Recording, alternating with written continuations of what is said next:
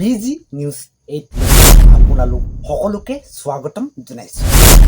আজি 11/2026 আজি আপোনালোকে মোৰ পিছপিনে থকা স্ক্ৰীনখনত দেখিবলৈ পাইছে 11 জুনক লৈ বৰ্তমান ছ'চিয়েল মিডিয়া আৰু বিভিন্ন চৰকাৰী কৰ্মচাৰী মহলত বহুত ডাঙৰ আলোচনা চলি আছে।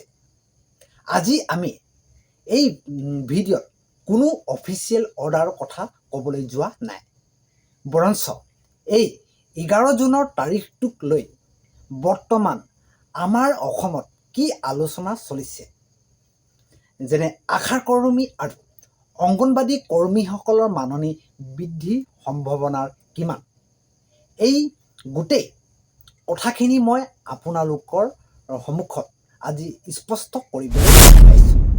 সেইবাবে আপুনি যদি এগৰাকী আশা কৰ্মী বা অংগনবাদী কৰ্মী লগতে চৰকাৰী কৰ্মচাৰী হয়, তেন্তে আজি মোৰ এই কথাখিনি আপোনালোকে মনোযোগ দি প্ৰথমৰ পৰা শেষলৈকে শুনিব, তেতিয়াহে আপোনালোকে সঠিক তথ্যটো গম পাব।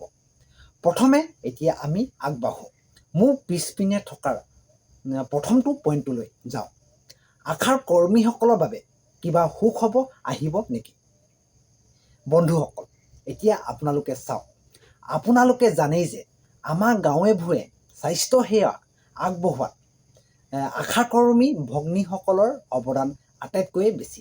সেইটো আপোনালোকৰ সকলোৱে জানে। বৰ্তমান ছ'চিয়েল মিডিয়াত এই খবৰটো খুব বেছিয়ে চৰ্চা হৈছে বা ভাইৰেল হৈছে যে 11 জুনত অৰ্থাৎ আজি চৰকাৰে তেওঁলোকৰ বাবে কিবা ডাঙৰ সিদ্ধান্ত ল'ব। কিন্তু মই আপোনালোকক স্পষ্ট কৰি দিব বিচাৰোঁ যে চৰকাৰে কিন্তু এতিয়ালৈকে আজিৰ দিনটো মানে কোনো অফিচিয়েল বা নিশ্চিত জাননী কৰা নাই। এয়া কেৱল মানুহৰ মাজত চলি থকা এটা আলোচনা আৰু আশাহে। নিশ্চয় আপোনালোকে বুজি পাইছে। যিহেতু দীৰ্ঘদিনৰে পৰা তেওঁলোকৰ মাননি বৃদ্ধি দাবী চলি আহিছে, গতিকে চৰকাৰী মহলতো ভিতৰি ইয়াৰ আলোচনা চলি থকা বুলি জানিব পৰা গৈছে। অনাগত দিনত চৰকাৰে ইয়াৰ ওপৰত কিবা সিদ্ধান্ত ল'ব পাৰে বুলি ৰাইজে আশা কৰিছে। এতিয়া আহোঁ মোৰ এই পিছপিনে স্ক্ৰীণত আপোনালোকে দেখিবলৈ পোৱা দ্বিতীয়টো পইণ্টলৈ যাওঁ। এতিয়া অংগনবাদী কৰ্মী আৰু সহাৰিকাসকলৰ মাননি বৃদ্ধি সন্দৰ্ভত কি আলোচনা চলিছে? হয়, অংগনবাদী কৰ্মী আৰু সহাৰিকাসকলৰ মাননি বৃদ্ধি সন্দৰ্ভত চৰকাৰে কি আলোচনা চলাইছে বা কি আলোচনা চলি আছে? বন্ধুসকল, বৰ্তমান সময়ত বজাৰৰ যি মূল্য বৃদ্ধি তালৈ চাই অংগনবাদী কৰ্মীসকলে নিজৰ মাননি সন্মানজনকভাৱে বৃদ্ধি কৰিবলৈ চৰকাৰৰ ওচৰত দাবী জনাই আহিছে। বহুদিনৰ পৰা এই দাবী জনাই আহিছে। ছ'চিয়েল মিডিয়াত 11 জুনক লৈ যি গুণাগথা চলিছে, তাৰ পৰা কৰ্মীসকলে আশা কৰিছে যে চৰকাৰে অতি সোনকালে তেওঁলোকৰ এই দাবী মানি ল'ব বুলি।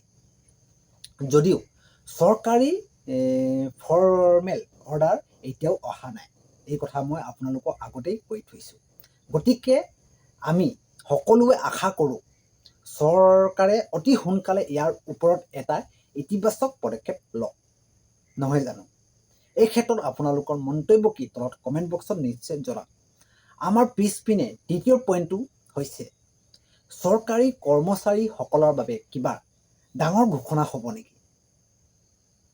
চৰকাৰী কৰ্মচাৰীসকলৰ ক্ষেত্ৰতো মই এইটো বহুত দিনৰ পৰাই কৈ আহিছোঁ, বৃদ্ধি বা ঠিকাভিত্তিক কৰ্মচাৰীসকলৰ চাকৰি নিয়মীয়াকৰণক লৈ বিভিন্ন সময়ত চৰ্চা চলি থাকে। সেইবিলাক আপোনালোকে বিভিন্ন সংবাদ মাধ্যমত দেখা পায়। বহুত ইউটিউব চেনেল বা ফেচবুকত 11 জুনত কিবা ডাঙৰ ঘোষণা হ'ব বুলি কোৱা হৈছে। কিন্তু আচল কথাটো হ'ল চৰকাৰে এনেকুৱা ডাঙৰ সিদ্ধান্তবোৰ সাধাৰণতে কেবিনেট বৈঠক বা বাজেট অধিৱেশনতহে লয়। গতিকে ছ'চিয়েল মিডিয়াৰ উৰা বাতৰিত বিভ্ৰান্ত নহৈ আপোনালোকে আমি চৰকাৰৰ অফিচিয়েল জাননীলৈ বাট চাব লাগিব সদায়। কিন্তু এইটো নিশ্চিত যে কৰ্মচাৰীসকলৰ এই দাবীসমূহ চৰকাৰৰ বিবেচনাৰ অধীনত বৰ্তমানো আছে। গতিকে মোৰ সতীৰ্থসকল, আজি আমাৰ এই আলোচনা সাৰাংশৰ এইটোৱে যে 11 জুনত চৰকাৰী কোনো বৈঠকৰ অফিচিয়েল চিঠি এতিয়ালৈকে অহা নাই। এই কথাষাৰ আপোনালোকে মনত ৰাখিব। এয়া কেৱল ৰাইজৰ মাজত চলি থকা এক জল্পনা কল্পনাহে। কিন্তু আশা কৰ্মী আৰু অংগনবাদী কৰ্মীসকলৰ দাবীসমূহ সম্পূৰ্ণ ন্যায্য আৰু আমি আশা কৰোঁ চৰকাৰে অতি শীঘ্ৰেই বা অতি সোনকালেই তেওঁলোকৰ বাবে এটা ভাল সুখবৰ ঘোষণা কৰিব বুলি। আপোনালোকে কি ভাবে এই ক্ষেত্ৰত? তেওঁলোকৰ মাননি আচলতে কিমান হোৱা উচিত? বা আপোনালোকে যদি কৰ্মী হয় বা আশা কৰ্মী, অংগনবাদী কৰ্মী বা চৰকাৰী কৰ্মচাৰী হয়, তেন্তে আপোনালোকৰ মাননি কিমান হোৱা উচিত বুলি আপোনালোকে ভাবে? তলৰ কমেণ্ট বক্সত নিশ্চয় লিখিব। যদি মোৰ এই স্পষ্ট কথাখিনি ভাল পালে তেন্তে ভিডিঅ'টো এটা লাইক কৰি সকলোৰে লগত শ্বেয়াৰ কৰি দিব। আৰু অসমৰ এনেকুৱা সঁচাৰ আলোচনাৰ সদায় পাবলৈ আমাৰ চেনেলটো এতিয়াই ছাবস্ক্ৰাইব কৰি লওক। আজিলৈ ইমানেই। ধন্যবাদ।